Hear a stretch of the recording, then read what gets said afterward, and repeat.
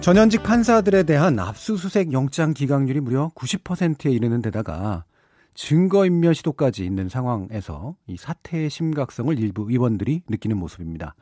법제사법위원회 소속 민주당 의원들이 사법농단에 대한 국정조사를 추진하기로 한 건데요. 오는 11월을 목표로 하고 있습니다. 하지만 또 이 사법개혁의 책임을 지고 있는 김명수 대법원장은 소극적인 태도만 보이고 있는 것 같아서 여러 가지 우려가 나섭니다. 국제법제사법위원회 소속 더불어민주당 간사인 송기현 의원 연결해서 관련된 이야기 나눠보겠습니다. 의원님 안녕하세요. 네, 안녕하세요. 반갑습니다. 예, 이 사법농단에 대한 국정조사 카드까지 지금 나왔는데 이 핵심 이유는 무엇인가요? 사법부라는 것이 이제 국민들 권리, 그다음에 민주주의 보호의 최후의 보루죠. 예. 근데 최근에 너무 논란이 많이 돼서 사법부에 대한 신뢰가 굉장히 좀 위험한 지경에 이르렀죠. 그렇습니다. 하지만 이제 저희들은 그래서 사법부가 독립된 존중돼야 될 그 기관이기 때문에 잘 대처하리라고 기대를 했는데 예. 최근에는 그런 기대가 완전히 무너지고 점입각용으로 점점 더 자기 보호에만 빠져 있지 않는가 생각이 듭니다. 예. 이런 것은 더 이상 이제 국민의 대표인 국회가 묵과할 수 없는 그런 단계에 이르렀다 이런 생각을 했습니다. 예, 이게 참 그 삼권 분립이라는 게 분명히 있고 물론 상호 견제라는 걸 해야 되긴 하지만 그래서 어느 정도까지 좀 지켜보고 있었던 입장인 건 분명한데 뭐 이 아까도 말씀드렸지만 사법농단 관련해서 전현직 판사에게 그 발부된 영장이 기각률이 90%에 달한다. 이게 상당히 높은 수준이잖아요. 맞습니다. 예. 일반적으로는 거의 한 90% 이상이 발부가 되죠. 압수수색 영장이기 때문에. 예. 근데 지금 그 이번 사법농단 사건 같은 경우는 10% 뭐 전후 정도 될 것 같아요. 발부율이. 예. 결국 그 저희들이 보거나 국민들이 봤을 때는 굉장히 수사에 비협조적이다, 조직적으로. 예. 그렇게 볼 수밖에 없죠. 예. 최근의 경우에는 압수수색 그 과정에서 뭐 벌써 그 서류를 파기하는 그런 것까지 드러났죠. 얼마 전에. 그 정도면은 비협조가 아니라 방해다 이렇게 생각할 수 있지 않을까 싶은 생각이 들어요. 예. 저도 사실은 사법부의 판단은 어쨌든 전문적 법적 판단이라 웬만하면 뭐 이제 좀 지켜보는 게 맞다고 생각을 했는데 맞습니다. 이게 90% 기각률이 90%라는 건 확실히 좀 이상한 것 같고. 맞습니다. 방금 말씀하신 것처럼 그게 결국은 증거인멸을 도운 셈이잖아요. 맞습니다. 최근에 그게 드러났죠. 예. 이건 상당히 심각한 이제 문제이기 때문에 결국에는 이제 어제도 관련 의혹을 받는 전원직 판사를 줄소환했지만 실제로는 문서 파기에 의해서 이 적극적인 증거인멸 시도가 보이는 상황인데 이게 뭔가 물증 확보가 이제 가능하냐 이런 의심도 드는 것 같아요.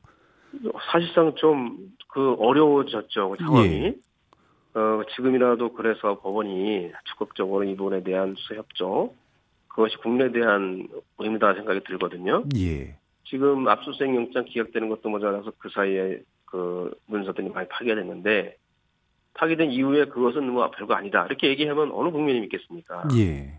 이미 그런 것을 확인을 하고 이건 관계가 없다 이렇게 확인이 돼야 국민들께서 사법부를 신뢰하지 않겠습니까? 예. 다 파기해놓고 그건 전혀 관계 없어 문제 없는 문서들이야 내부 인수다 그렇게 얘기하면 안 되는 거죠, 그죠? 예. 그렇게 해서 결국 사법부도 지금 상황에서라도 오얏나무 안에서 갓을 고쳐 쓰지 마라 이렇게 하는 것 똑같이 조금 더 적극적인 자세로 협조를 하는 것이 맞다는 생각이 듭니다. 예. 사실은 우리가 기다려준 이유가 사법부가 어쨌든 독자적인 판단을 하는 기관으로서 맞습니다. 실제로 이제 사법개혁의 책임을 지고 이제 사실 임명되신 김명수 대법원장에 대한 기대였던 것 같은데 이게 아무리 봐도 그 행동이 뚜렷하지가 않아 보이는 그런 모습이에요. 이게 뭔가 좀 행동을 취해야 되는 거 아닙니까? 맞습니다. 그 우려가 있죠. 저희도 그런 우려를 합니다. 하지만 이제 결국 사법부라는 그 특징이 좀 있죠. 뭐 압수수색 영장에 대한 그 결정도 마찬가지지만 그렇죠. 예. 개별 사건에 뭐 법원장이나 대법원장이라도 관여할 수 없는 게 원칙이고요. 예. 또 지금까지는 법원 인사가 또 시스템으로 되어 있는 게 있기 때문에 대법원장 한 명이 바뀌었다고 해서 그걸 전부 다 바꿀 수 없는 그런 사정이 있습니다. 이게 두 가지 측면을 가지고 지금 책임을 져야 될 법관들께서 그 뒤에 앉아서 책임을 지지 않는 행태, 자기들의 어떤 책임을 감추려고 하는 행태를 보이고 있다는 생각이 들고요. 물론 이런 것에 대해서는 전체적인 책임은 김명수 대법원장이 있다는 것은 저희도 그렇게 생각하고 있습니다. 분명히 문제는 있습니다. 예. 사법부의 자율성을 존중하면서 개혁을 한다. 참 어려운 문제인데. 맞습니다. 네. 이 오늘 행사에 그러니까 사법부 70주년을 맞는 법원의 날이라 행사에 김 대법원장이 참석을 한다고 들었는데요. 관련된 언급이 좀 나올 거라고 기대하시나요? 그분은 책임 있는 말씀이 있으셔야 되겠다는 생각을 저희들은 합니다. 예. 국민들의 그 사법부에 대한 불신이 굉장히 위험한 수준이 이르렀고요. 그렇게 되면 그것은 우리 법체계 전체, 대한민국의 민주주의 자체에 굉장히 큰 위험 요소가 될 수 있거든요. 예. 법원을 믿지 못하면 국민들이 어디 가겠습니까? 그렇죠. 예. 그 부분에 대해서 지금 그런 것이 대법원에서 여러 가지로 해서 말씀한 것과 다르게 현재 사법부에서 이 수사 협조가 이루어지지 않고 국민들이 봤을 때는 그리고 저희 봤을 때는 수사 방해까지 이루어지는 그런 것을 볼 수 있는 사태가 일어났다는 데에서는 분명히 말씀이 있으셔야 된다 저는 생각합니다. 예. 그래서 이제 결국 국정조사라고 하는 이제 카드까지 꺼내드시게 된 건데, 네. 뭐 국정조사가 어쨌든 실체적 진실에 가까이 다가가는 수단이긴 하니까 뭐 기대는 있습니다만 이게 이제 문제를 어느 정도까지 해결해 볼 수 있을 거라고 생각을 하시나요? 이제 수사하고 다른 측면을 저희들이 볼 수가 있습니다. 그렇죠. 수사는 범죄가 되는 경우에 한해서만 수사를 할 수 있기 때문에 예. 한이가 이제 저희들은 그 절차적인 잘못까지도 볼 수가 있고 실제로 검찰에서 소환을 못하지만 국정조사에는 증인을 소환해서 저희들이 그 사실을 확인할 수 있는 그런 기회도 생길 수 있거든요. 예. 그러니까 수사와 별도로 달리 그 국정조사도 나름대로 사실을 확인할 수 있는 그런 의미가 있다고 저희들은 믿고 있습니다. 예. 그 말씀처럼 이제 그 수사 대상인 범죄 혐의가 있는 것이 아닌 그 주변부까지 좀 큼지막하게 볼 수 있는 그런 권한 뭐 이런 정도는 충분히 이해가 되는데 사실 지금까지 이제 국정조사를 보면 약간 정치적으로 활용된 측면들이 때로는 좀 있고 그다음에 실질적으로 또 정반대로 이렇게 수사권이 막 쓰였어야 될 그런 부분들에 대한 조사가 제대로 이루어지기 되게 어려운 한계도 좀 있어서 네, 그렇죠. 예. 약간은 유보적인 좀 그런 게 있는 것 같아요. 이게 그 대상이 사법부라는 것 때문에 좀 유보적인 우려를 많이 하시죠. 왜냐하면 사법부라는 것이 그래도 마지막 보루이기 때문에 독립성이나 정치적 중립성이 좀 지켜져야 된다는 그 요구는 분명하거든요. 예. 하지만 지금 상황은 이제 국정조사에 그거 밝혀져야지만 앞으로 사법부에 대한 신뢰가 생길 것이다라는 생각이 들고요. 그런 과정에서 국정조사에서는 아마 절차적인 문제까지도 저희들이 확인할 수 있어서 굉장히 큰 의미가 있다고 생각됩니다. 정치적인 문제가 아닌 그런 국정조사가 될 수 있다는 생각을 저희들 하고 있습니다. 예.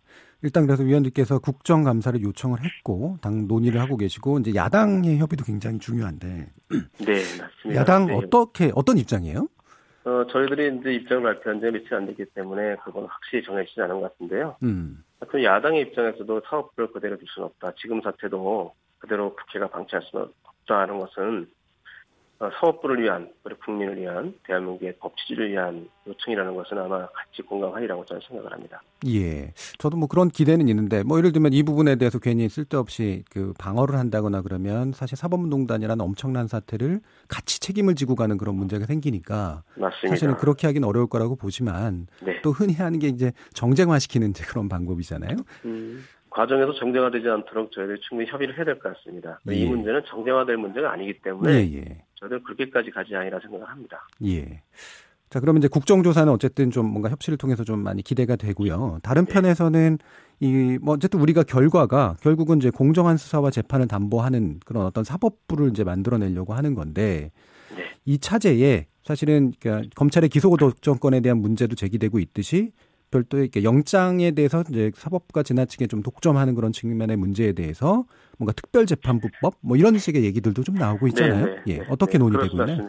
예. 현재 이제 입법 제안이 돼서 법사에 계류 중인 사안입니다. 예. 말씀하신 것처럼 지금까지 사법부의 행태를 보면 검찰이 기소한다고 해도 결국 또 재판 과정에서 제19 감싸기로 가지 않을까 하는 우려를 할 수밖에 없게 됐죠. 예.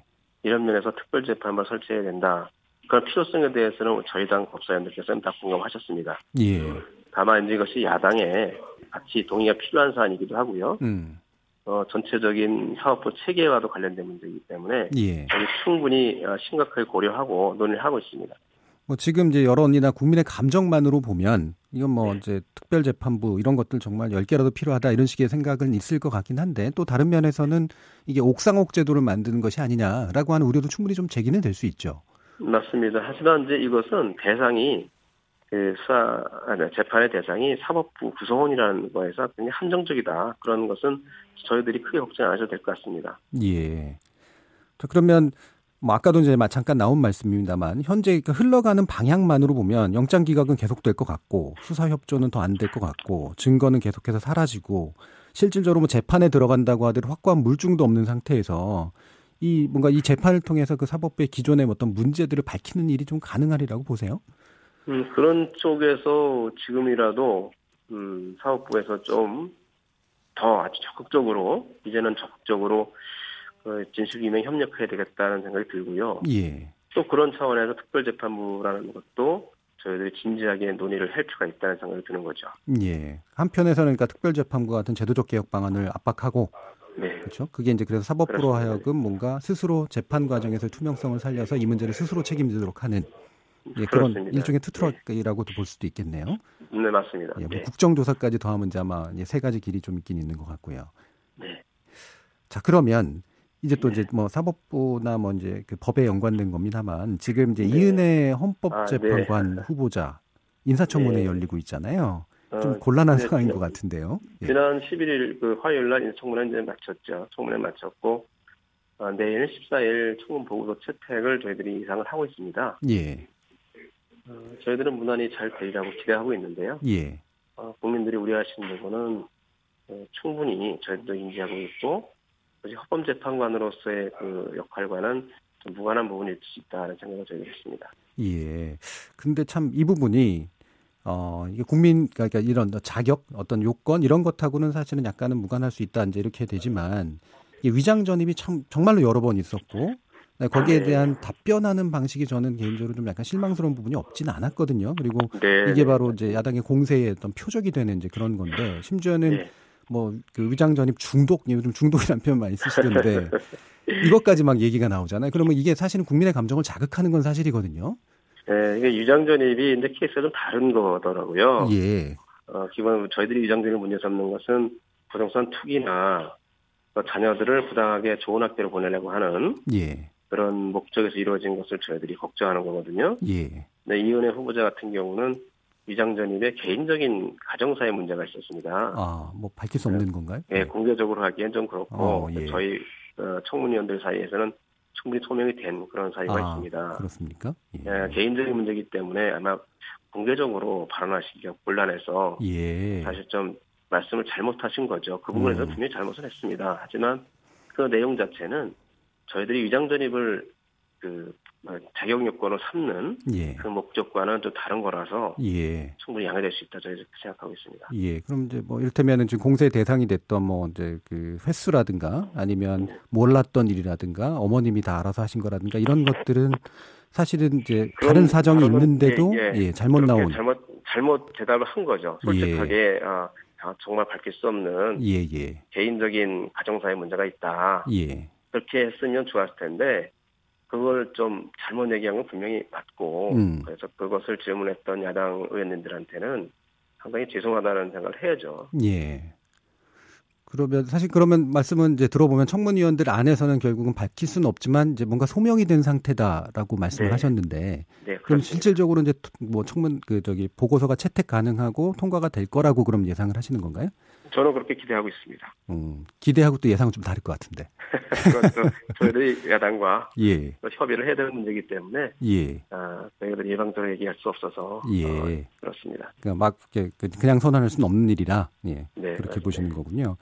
자, 그러면 뭐 이것도 뭐 약간은 좀 꺼림칙한 질문일 수는 있겠습니다만 원래 이제 그 인사청문 과정에서 이제 그 뭔가 임명할 때 요건, 이제 배제 요건이라고 하는 걸 사실은 대통령께서 밝혔었는데 이 부분이 뭐 스스로 계속 붕괴되고 무너지는 거 아니냐라는 이제 그런 비판들이 계속 있잖아요. 네, 맞습니다. 전반적으로 그 부분에 대해서는 또 어떻게 생각하시나요? 우려가 분명히 있죠. 우려가 있고 그 부분에 대해서 좀 엄격했으면 좋겠다는 그 기대는 저희가 하고 있습니다.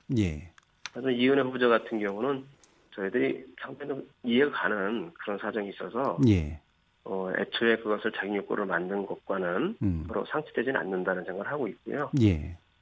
또 하나의 문제는 이제 이 청와대나 정부에서 추천하는 경우는 자격 심사를 사전에 치밀하게 할 수가 있는데 국회가 추천하는 경우나 대법원장이 지명하는 경우는 사전 검증하는 게 쉽지가 않습니다. 그런 측면이 있다는 것이 있어서 앞으로 저희들도 그런 눈을 했습니다만은 국회 추천이나 대법원장 지명의 경우에 사전 검증하는 절차를 좀 만들어야 되지 않겠느냐. 예. 제도적인 보완이 필요하다는 생각을 저희도 같이 했습니다. 예. 일단 엄격한 기준은 만들었는데 그게 준수되려면 사실은 적절한 어떤 자료로 보강될 수 있는 정도의 제도적 보완이 필요하다. 맞습니다. 예, 그런 말씀이신 거죠. 자, 그러면 이 사법부 개혁을 위해서 또 국회에서도 나름대로 최대한 열심히 애써주길 부탁드립니다. 감사합니다. 네, 감사합니다. 국회 법제사법위원회 소속 더불어민주당 간사인 송기현 의원과 말씀 나눠봤습니다.